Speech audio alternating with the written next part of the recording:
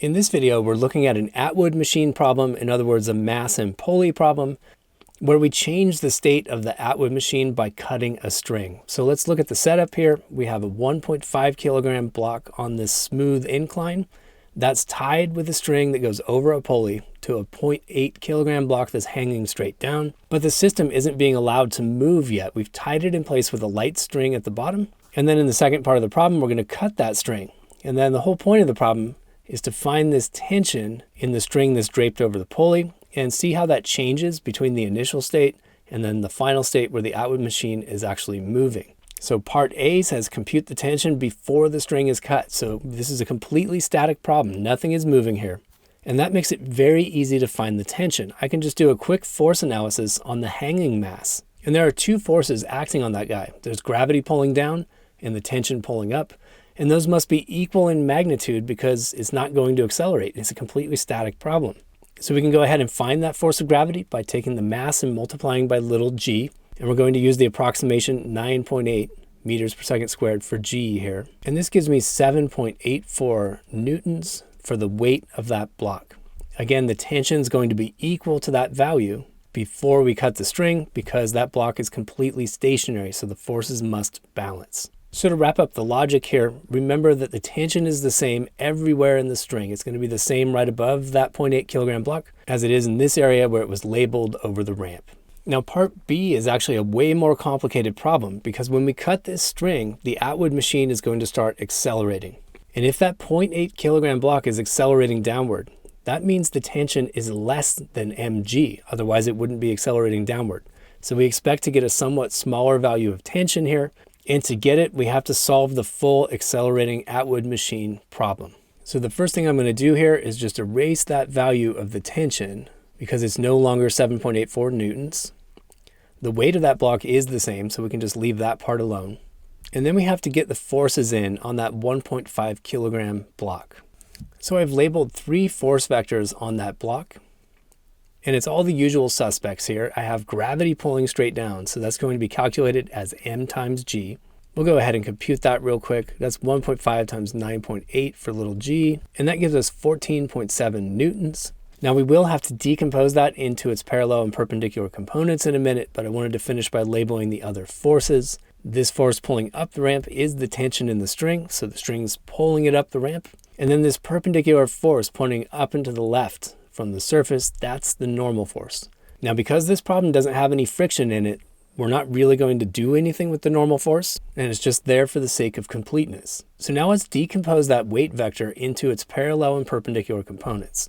So I've drawn a dotted line perpendicular to the ramp surface, and remember the angle between the vertical and the perpendicular is the same as the angle of incline, and I'll post a link to the video where that was first derived. So now we can go ahead and project onto that vertical axis and onto the parallel axis to break the weight vector into its components. So our perpendicular component is given by the adjacent side there. So that's going to be an mg cosine of 22 degrees. And just for the sake of completeness, I'll put a number on this real quick, but we're not going to use it in the solution because all it does is determine the size of the normal force, which again doesn't matter because there's no friction. So I get about 13.6 newtons for that component. And because nothing else is tampering with the perpendicular direction, the normal force, again, for the sake of completeness, is going to be 13.6 newtons as well. Now, the one we really care about is the parallel component. So there it is as a leg of this right triangle where we did the vector decomposition into parallel and perpendicular components. But we normally like to view this thing attached to the object itself. Before I do that, just real quick, the way we compute it is by mg sine theta because it's the side opposite that 22-degree angle. And that comes out to about 5.51 newtons. Now let's get it attached to the block to make it more intuitive. Okay, so there's that parallel component of gravity pulling down the ramp, 5.51 newtons. So now we're ready to start solving this Atwood machine. And the standard procedure here is that we're going to apply Newton's second law to each moving piece of the system. And that gives us 2 equations and 2 unknowns, where the unknowns are the tension in the string and the acceleration of the system. I do want to point out before we start doing the algebra that we need to carefully choose the direction that we call positive for the motion of each of these masses. And normally we just choose the direction of the actual acceleration for that. So I like to put these little vectors in there to indicate the direction that's positive for the purpose of applying Newton's second law. Note that we can be confident this is the direction of acceleration of the system, because if I look on the right-hand side, I see this 7.84 Newton force of gravity pulling down on that little mass. And on the left-hand side, we only have 5.51 newtons pulling down the ramp. So I know the hanging mass is going to win here. So let's apply Newton's second law to the 1.5 kilogram mass.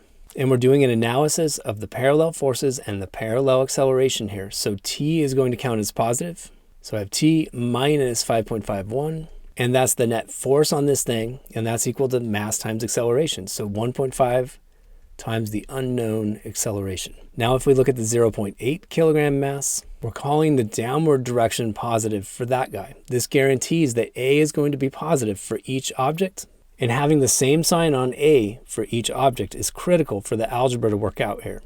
So again, down is positive. We're going to call the 7.84 Newton weight positive, and then we have a minus T because it points in the upward direction. That's F net, and that's equal to the mass times the acceleration, so 0.8 times A.